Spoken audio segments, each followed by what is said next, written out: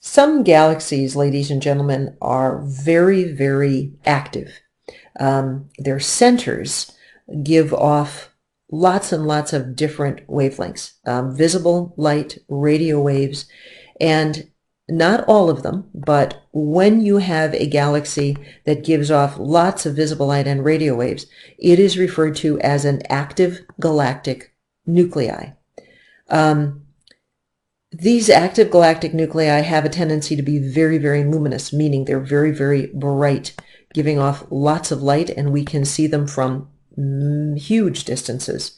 They emit electromagnetic radiation waves in all over the spectrum. So they're giving off infrared, they're giving out ultraviolet, X-rays, gamma radiation, radio waves, and everything in between. This happens to be one of the Hubble pictures of an active galactic nuclei. To put this in perspective, this is the galaxy. This is an elliptical galaxy, and look at the plumes of stuff that are being shot out from both ends of this. Now, the most interesting phenomenon from active galactic nuclei are quasars. Quasars were first discovered back in the 1950s, and quasar is an acronym. It stands for quasi-stellar radio source. And quasi-stellar radio source, quasi-stellar due to the fact that they give a very broad spectrum across those electromagnetic spectrum, not just light, not just radio waves, but a little of everything. They are very distant objects. They're very faint, but they emit lots and lots of these radio waves. Again, here is another picture of a quasar. Quasars are different from so many other things we see out in space because they have a very puzzling atomic spectra. The hydrogen spectra line, those Fraunhofer lines, are Doppler shifted to indicate that they are moving nutty fast.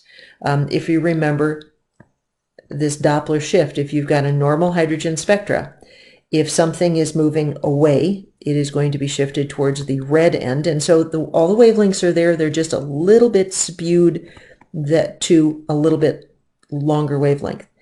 If something is moving towards same hydrogen spectra, but everything is kind of shifted over to the blue end of the spectra. Well, by determining how far off these spectra are, we get an idea of speed.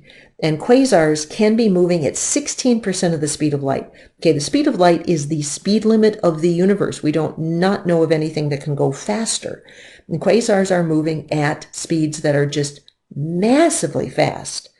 What in the world is causing this spewing of matter at this huge, fast rate?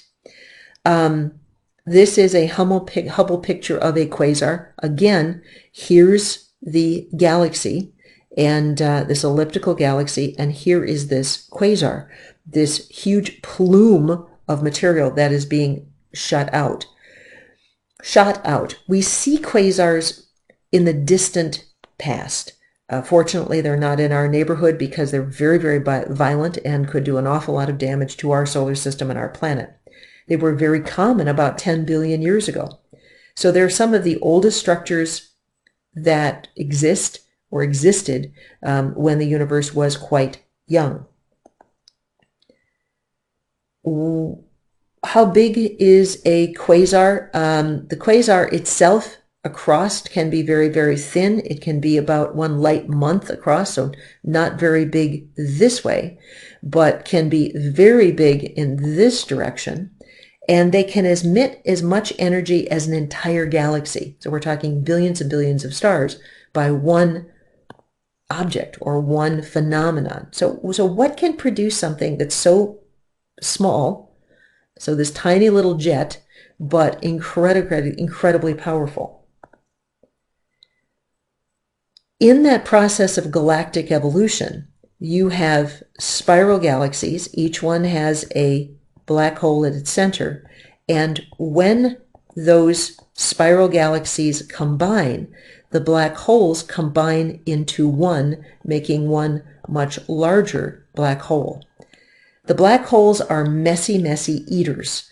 As lots and lots of matter gets spewed into that black hole, it is believed that from the accretion disk, the spiraling, rotating disk of matter, as matter falls into the black holes, the combined black holes, there is such a massive emission of energy as particles fall in that it shoots out these quasars. I've heard people explain that as it's just trying to eat too fast, so it kind of chokes. And that choking means that it kind of spits out material and matter. So as the matter falls into the supermassive black hole, there is an accretion disk formed. The accelerated matter gives off lots of energy, lots of radiation all across the electromagnetic spectrum. And perpendicular to that accretion disk, you get a quasar produced. So one more time, they're produced by galaxies combining or forming. Black holes combine to form larger black holes, and when that massive explosion of combining of black holes occurs, you get the quasar emitted. So it's a pretty violent situation that is going to produce quasars. Most quasars have been seen in our distant past, 10 billion years ago or so.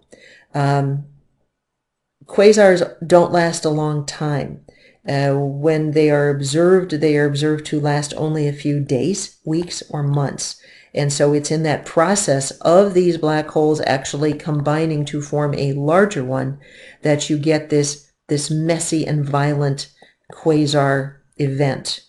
This is a beautiful, one of my absolute favorite pictures in all of astronomy. This is a ghost quasar.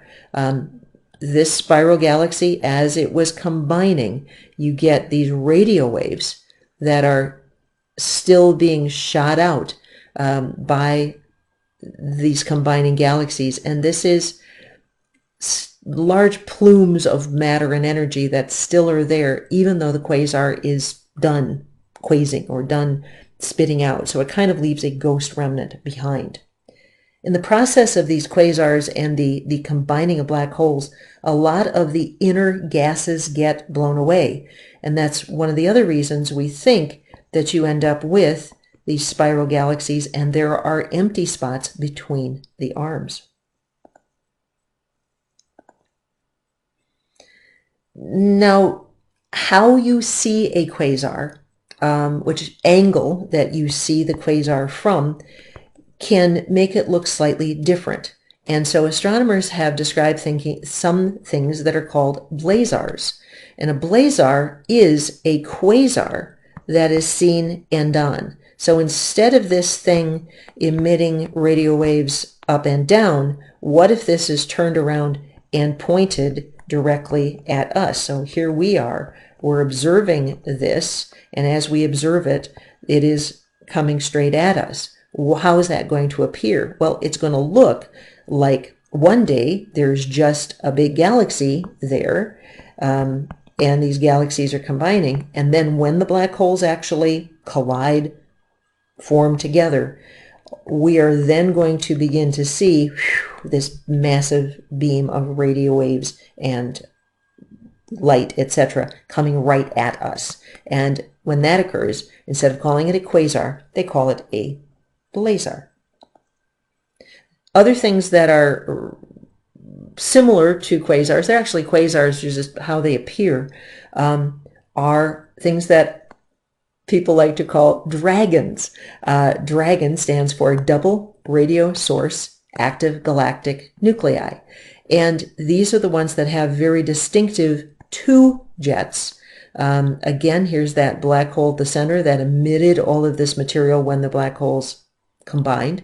And you end up with twin big plumes of radio waves, kind of looks like a propeller, doesn't it? Going in both directions with radio and visible light and infrared and all across the spectrum. And those are dragons for double active galactic nuclei. All right. One more thing, I'm going to ask you to watch a little video on all of these crazy quasars, etc., and that will do it for this chapter. We'll see you next time.